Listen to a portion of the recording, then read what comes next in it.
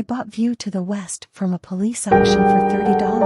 Okay, fine, it was the starting price, and there were no other bids. Is an oil painting, or so I assume, and the burnished bronze frame was included with it, and I figure the price was probably worth $30 in the frame alone. The painting itself is pretty enough that I figured at the time it would make a nice little piece to hang over the couch of our apartment and add a little maturity to the look of the one-bedroom my boyfriend and I share. When I brought it home, my boyfriend was furious, accusing me of wasting money again because I knew that every penny was precious. He was unemployed and I was barely keeping us afloat with my grocery clerk job. $30 was a lot of money, especially for something he labeled as a frivolity, but I never got to spend any money on myself. $30 is worth my mental health is the general tune of what I said. He wanted to argue, but even if he wanted to break up right there he'd be homeless, no close living family to speak of. Besides, we were technically in love and he couldn't leave me without putting some major thought into it. I wish I could tell you what the painting looks like, but I don't remember by now. I only remember the frame with its intricate little floral designs and details. It's heavy, like real bronze, and the painting itself is about 3 feet wide and 2 feet tall, plus a few inches for the frame. There's no signature on it, which pointed to something maybe mass-manufactured, but the texture on the canvas, I'm trashy and touched it, shut up, made me think that it might be hand-painted. I hung it up over the couch as planned, without the help of my boyfriend who still stubbornly clung to the notion that it was a waste of money. He slept underneath it on the couch that night when I told him it was my money and I was allowed to spend it. The morning after, as I was getting ready for work, my boyfriend seemed shaken. I asked him what was wrong, knowing he was about to pick another fight over the stupid painting I'd bought at the auction. The painting, he said, was making him uneasy all night. There was something weird about it, and he said he wanted me to take it back to the auction to see if I could get my money back. Of course I didn't do that. It was a lame excuse anyway, and I had to work the next few days.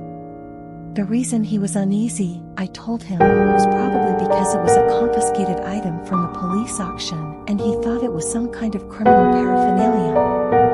Which it wasn't. Isn't. When I got home from work, he was still at home like usual. But instead of lounging on the sofa watching Dr. Phil, he was sitting in the middle of the living room floor, looking up at View to the West like he was worshipping Christ himself. When I said his name, he didn't look up. I had to shake his shoulder to get his attention, and when he finally looked up at me, his eyes were red and dry. He managed to blink a few times, and I asked him what the hell he was doing. He didn't know. He thought he had seen a little black figure cross through the painting. It must have been some kind of a landscape, now that I'm writing it now. He had been trying to go back to sleep on the couch after I left, and after that he couldn't stop staring at it. He claimed he hadn't realized so much time had passed while he was staring at it, and I wanted to accuse him of being dramatic, but those eyes were too hard to fake. Fine, I said. If it was bothering him that much, we could cover it up, and I'd try to take it back in a few days when I had time off again. He nodded, and his joints creaked when he got up to help me cover it up with a throw from our couch. How long had he been sitting there?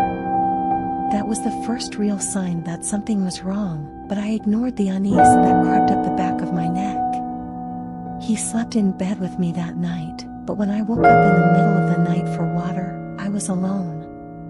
I went out into the kitchen and saw my boyfriend in the living room again, wrapped now in the blanket we had put over the painting. His eyes were trained on it like it was the only thing anchoring him to this reality, and I even doubted that much. Despite the fearful feeling in my gut that something was very, very wrong with him, I approached. I even tried to put myself between him and the painting, but he stared right on through me. I shook him again, and he waved me off. I regret this, but I went back to bed started shivering instead of calling for help. I didn't know what to do. Please don't judge me for that. When I woke up to my alarm in the morning, my boyfriend was nowhere to be seen.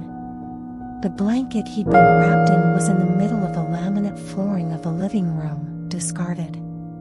The door was locked, the bathroom empty, too, but he'd left his keys on the kitchen counter where they always sat. And there was the painting, hung up on the wall where it had always been. I inspected it, hoping to see what my boyfriend had seen in it, trying to understand the obsession and praying it would tell me where he had gone. Fear soaked my bones. What if the painting had become too much for him to handle? What if I had awoken a psychotic break with the painting? What if he was on the street, losing his mind, and I was sitting at home, fretting over what he might be doing instead of going out to search for him?